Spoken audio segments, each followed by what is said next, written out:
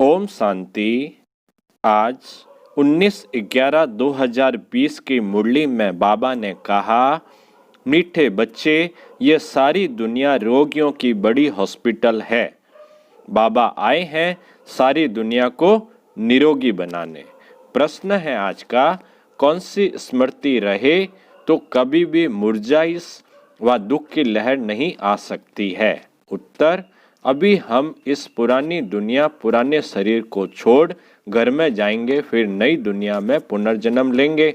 हम अभी राजयोग सीख रहे हैं राजाई में जाने के लिए। बाप हम बच्चों के लिए रूहानी राजस्थान स्थापन कर रहे हैं।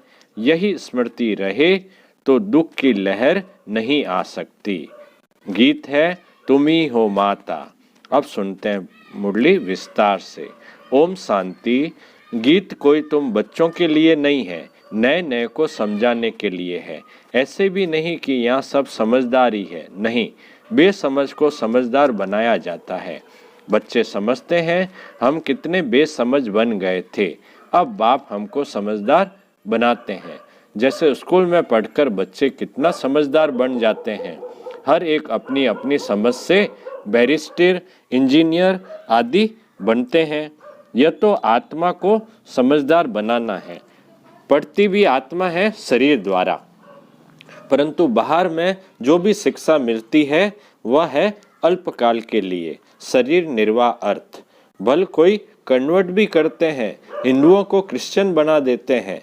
किस लिए? थोड़ा सुख पाने के लिए, पैसे, नौकरी आदि सहज मिलने के लिए, आजीविका के लिए। अब तुम बच्चे जानते हो हमको पहले पहले तो आत्मा अभिमानी बनना पड़े। यह है मुख्य बात, क्योंकि यह है ही रोगी दुनिया। ऐसा कोई मनुष्य नहीं जो रोगी नहीं बनता हो, कुछ न कुछ होता जरूर है। यह सारी दुनिया बड़े ते बड़ी हॉस्पिटल है, जिसमें सब मनुष्य पतित रोगी है। आयु भी बहुत कम होती है, अचानक मृत्यु को पा लेते हैं, काल के चंबे में आ जाते हैं। यह भी तुम बच्चे जानते हो। तुम बच्चे सिर्फ भारत की ही नहीं, सारे विश्व की सर्विस करते हो गुप्त रीति। मूल बात है कि बाप को कोई नहीं जानते, मनुष्य होकर, और पारलौकिक बाप को नहीं जानते, उनसे प्यार नहीं रखते। अब बाप कहते हैं मेरे साथ प्यार रखो। मेरे साथ प्यार रखते रखते तुमको मेरे साथ ही वापस चलना है। जब तक वापस चलो तब तक इस छिछी दुनिया में रहना पड़ता है। पहले पहले तो देह अभिमानी से देही अभिमानी बनो, तब तुम धारणा कर सकते हो और बाप को याद कर सकते हो। अगर देही अभिमानी नहीं बनते तो कोई काम के नहीं। देह अभिमानी तो सब है। तुम समझते भी हो कि हम आत्मा अभिमानी नहीं बनते। बाप को याद नहीं करते तो हम वही है जो पहले थे। मूल बात ही है देही अभिमानी बनने की, न कि रचना को जानने की। गाया भी जाता है रचता और रचना का ज्ञान। ऐसे नहीं कि पहले रचना फिर रचता का ज्ञान कहेंगे, नहीं, पहले रचता वही बाप है। कहा भी जाता है हे गॉड फादर, वह आकर तुम बच्चों को आप समान बनाते हैं। बाप तो सदैव आत्मा अभिमानी है ही, इसलिए वह सुप्रीम है। बाप कहते हैं मैं तो आत्मा अभिमानी हूँ। जिनमें प्रवेश किया है उनको भी आत्मा अभिमानी बनाता हूँ। इनमें प्रवेश करता हूँ। किसमें प्रवेश करते हैं बाबा? ब्रह्मा बाबा के तन में। तो इनमें प्रवेश करता हूँ इनको कन्वर्ट करने, क्योंकि यह भी देह अभिमानी थे।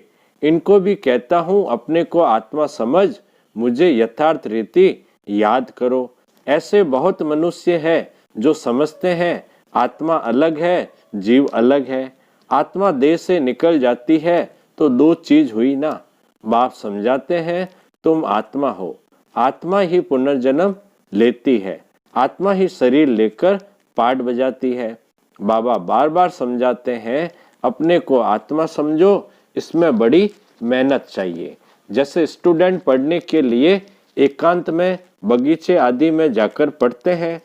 पादरी लोग भी घूमने जाते हैं तो एकदम शांत रहते हैं, वह कोई आत्मा अभिमानी नहीं रहते, कृष्ण की याद में रहते हैं। घर में रहकर भी याद तो कर सकते हैं, परंतु खास एकांत में जाते हैं, क्राइस्ट को याद करने और कोई तरफ देखते भी नहीं। जो अच्छे अच्छे होते हैं समझते हैं हम क्राइस्ट को याद करते करते उनके पास चले जाएंगे। अच्छे होते हैं ना, तो वो ये समझते हैं कि भाई हम क्राइस्ट को याद करेंगे तो उनके पास चले जाएंगे। क्राइस्ट हेवन में बैठा है, हम भी हेवन में चले जाएंगे। यह भी समझते हैं क्राइस्ट हेवनली गॉड फादर के पास गया, हम भी याद करते करते उनके पास जाएंगे। सब क्रिश्चियन उस एक के बच्चे ठहरे। उसमें कुछ ज्ञान ठीक है, क्योंकि क्राइस्ट की आत्मा तो ऊपर गई ही नहीं। क्राइस्ट नाम तो शरीर का है जिसको फांसी पर चढ़ाया। आत्मा तो फांसी पर नहीं चढ़ती है। अब क्राइस्ट की आत्मा गॉड फादर के पास गई, यह कहना भी रॉन्ग हो जाता है। वापस कोई कैसे जाएंगे? हर एक को स्थापना फिर पालना जरूर करनी होती है। मकान को पोताई आदि कराई जाती है, यह भी पालना है ना। मकान को पोताई करना भी एक पालना है मकान की। अब बेहद के बाप को तुम याद करो। यह नॉलेज बेहद के बाप के सिवाय कोई दे न सके। अपना ही कल्याण करना है, रोगी से निरोगी बनना है। यह रोगियों की बड़ी हॉस्पिटल है, सारी विश्व रोगियों की हॉस्पिटल है। रोगी जरूर जल्दी मर जाएंगे। बाप आकर इस सारे विश्व को निरोगी बनाते हैं। ऐसे नहीं कि यहीं निरोगी बनेंगे। बाप कहते हैं निरोगी होते ही हैं नई दुनिया में, पुरानी दुनिया में निरोगी हो न सके। यह लक्ष्मी नारायण निरोगी एवर हेल्दी है। वहां आयु भी बड़ी होती है, रोगी विशेष होते हैं, वाइसलेस रोगी नहीं होते। वह है ही संपूर्ण निर्विकारी। बाप खुद कहते हैं इस समय सारी विश्व खास भारत रोगी है। तुम बच्चे पहले पहले निरोगी दुनिया में आते हो, निरोगी बनते हो याद की यात्रा से। याद से तुम चले जाएंगे अपने स्वीट होम। यह भी एक यात्रा है, आत्मा की यात्रा है, बाप परमात्मा के पास जाने की। यह है स्पिरिचुअल यात्रा। यह अक्सर कोई समझ नहीं सकेंगे। तुम भी नंबरवार जानते हो परंतु भूल जाते हो।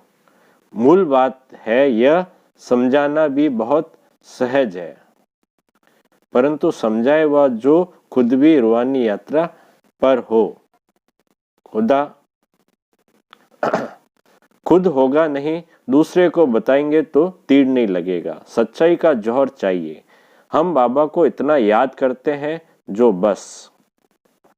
स्त्री पति को कितना याद करती है? यह है पतियों का पति, बापों का बाप, गुरुओं का गुरु। गुरु लोग भी उस बाप को ही याद करते हैं। क्राइस्ट भी बाप को ही याद करते थे, परंतु उनको कोई जानते नहीं है। बाप जब आए तब आकर अपनी पहचान देवे। सही है ना, बाबा खुद आएंगे और अपनी पहचान दिए ना अब आकर। भारतवासियों को ही बाप का पता नहीं है तो औरों को कहां से मिल सकता? विलायत से भी यहाँ आते हैं योग सीखने के लिए। समझते हैं प्राचीन योग भगवान ने सिखाया, यह है भावना।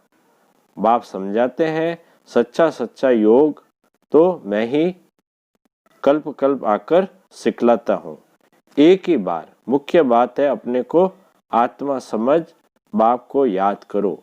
इसको ही रूहानी योग कहा जाता है। बाकी सबका है जिस्मानी योग। ब्रह्मा से योग रखते हैं वह भी बाप तो नहीं है, वह तो महतत्व है, रहने का स्थान। तो राइट एक ही बाप है, एक बाप को ही सत्य कहा जाता है। यह भी भारतवासियों को पता नहीं कि बाप ही सत्य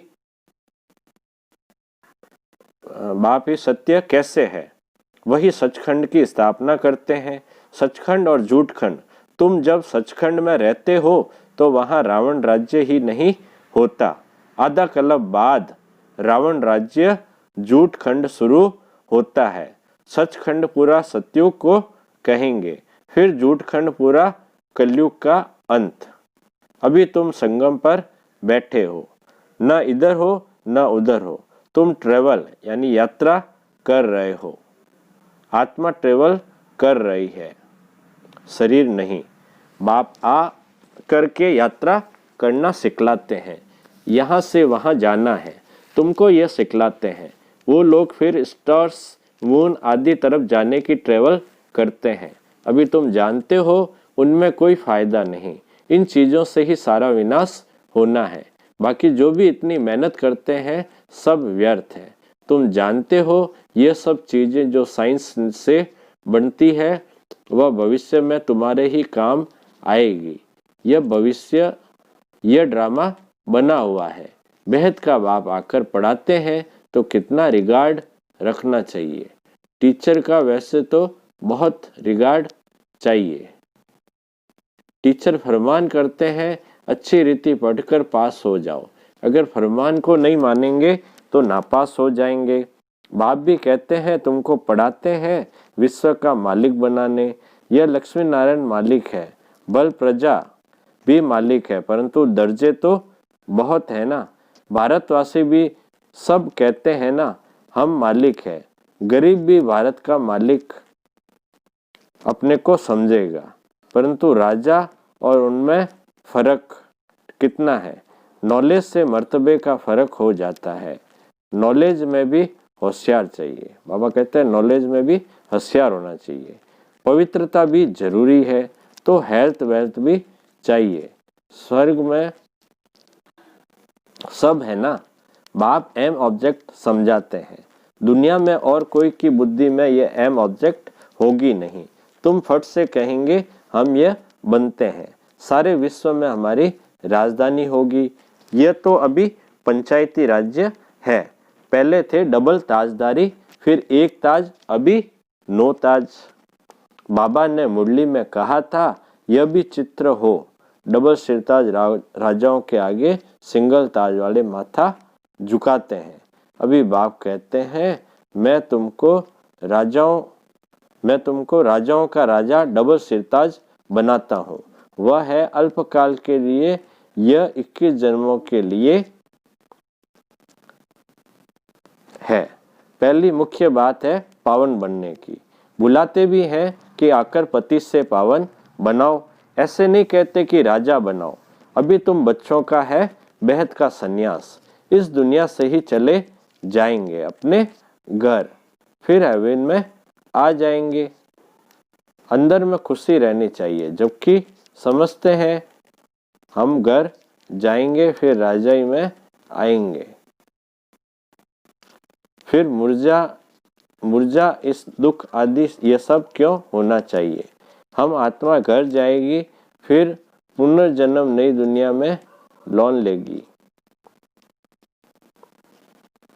पुनर्जन्म नई दुनिया में लेगी। बच्चों को स्थायी खुशी क्यों नहीं रहती है। माया का अपोजिशन बहुत है, इसलिए खुशी कम हो जाती है।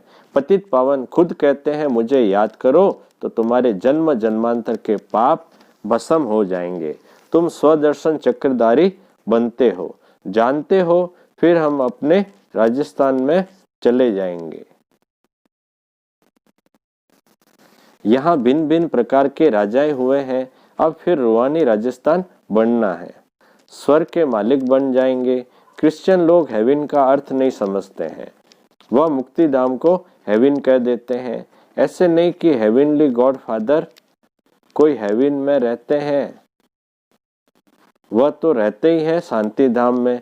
अभी तुम पुरुषार्थ करते हो पैराडाइज में जाने के लिए। यह फर्क बनाया है। ये सब समझने की बातें हैं। बाप कहते हैं नॉलेज तो बहुत सहज है। यह है पवित्र बनने की नॉलेज, मुक्ति जीवन मुक्ति में जाने की नॉलेज, जो बाप ही दे सकते हैं। जब किसको फांसी दी जाती है तो अंदर में यही रहता है हम भगवान पास जाते हैं। फांसी देने वाले भी कहते हैं गॉड को याद करो। गॉड को जानते दोनों नहीं है, परंतु वो भी बोलता है ना कि भाई भगवान को याद करो, अब अंतिम है, फांसी देने जा रहे हैं। तो गॉड को जानता कोई नहीं है, लेकिन कहते हैं गॉड को याद करो। उनको तो उस समय मित्र संबंधी आदि जाकर याद पड़ते हैं, लेकिन मरने वाले को एंड में भी क्या याद रहेगा? मित्र संबंधी सब याद आएंगे। गायन भी है, अंत काल जो स्त्री सिमरे। कोई न कोई याद जरूर रहना है। सत्युग में ही मोहजित रहते हैं, वहां जानते हैं एक खाल छोड़ दूसरी ले लेंगे, वहां याद करने की दरकार नहीं। इसलिए कहते हैं दुख में सिमरन सब करे, सुख में करे न कोई। यहाँ दुख है तो सब इसलिए याद करते हैं, भगवान ने कुछ मिले, भगवान से कुछ मिले इसलिए याद करते हैं ना। अभी सब निधन के हैं, हम धन का बनते हैं। सुख शांति संपत्ति का वर्षा देने वाला बाप ही है। इन लक्ष्मी नारायण की कितनी बड़ी आयु थी यह भी जानते हैं। भारतवासियों की पहले पहले आयु बहुत बड़ी रहती थी, अब छोटी है। क्यों छोटी हुई है यह कोई भी नहीं जानते। तुम्हारे लिए तो बहुत सहज हो गया है, समझना और समझाना, सो भी नंबरवार है। अब कहते हैं वो भी नंबरवार होगा ना। समझानी हर एक की अपनी अपनी है। बाबा कहते हैं समझानी वो हर एक की अपनी अपनी है, जो जैसे धारण करते हैं ऐसे समझाते हैं। अच्छा बाप दादा बोले, मीठे मीठे सिक्के लदे बच्चों प्रति माता पिता बाप दादा का याद प्यार और गुड मॉर्निंग। रूहानी बाप की रूहानी बच्चों को नमस्ते। हम रूहानी बच्चों की रूहानी बाप दादा को याद प्यार गुड मॉर्निंग और नमस्ते नमस्ते नमस्ते। सदा रहेंगे हंसते हंसते, बन जाएंगे फरिश्ते। वाह बाबा वाह, वाह मेरा भाग्य। धारणा के लिए मुख्य सार में पहला पॉइंट है धारणा का, जैसे बाप सदैव आत्मा अभिमानी है, ऐसे आत्मा अभिमानी रहने का पूरा पूरा पुरुषार्थ करना है। एक बाप को दिल से प्यार करते करते बाप के साथ घर चलना है। दूसरा पॉइंट, बेहद के बाप का पूरा पूरा रिगार्ड रखना है, अर्थात बाप के फरमान पर चलना है। बाप का पहला फरमान है, बच्चे अच्छी रीति पढ़कर पास हो जाओ, इस फरमान को पालन करना है। वरदान है, सेंस और इसेंस के बैलेंस द्वारा अपनेपन को स्वा करने वाले विश्व परिवर्तक भव। सेंस और इसेंस के बैलेंस द्वारा अपनेपन को स्वा करने वाले विश्व परिवर्तक भव। विस्तार है, सेंस अर्थात ज्ञान की पॉइंट्स, समझ, और इसेंस अर्थात सर्वशक्ति स्वरूप, स्मृति और समर्थ स्वरूप। इन दोनों का बैलेंस हो तो अपनापन व पुरानापन स्वा हो जाएगा। हर सेकंड, हर संकल्प, हर बोल और हर कर्म विश्व परिवर्तन की सेवा प्रति स्वा होने से विश्व परिवर्तक स्वतः बन जाएंगे। जो अपनी देह की स्मृति सहित स्वा हो जाते हैं, उनके श्रेष्ठ वाइब्रेशन द्वारा वायुमंडल का परिवर्तन सहज होता है। स्लोगन है, प्राप्तियों को याद करो तो दुख व परेशानी की बातें भूल जाएगी। प्राप्तियों को याद करो तो दुख व परेशानी की बातें भूल जाएगी। अच्छा, ओम शांति।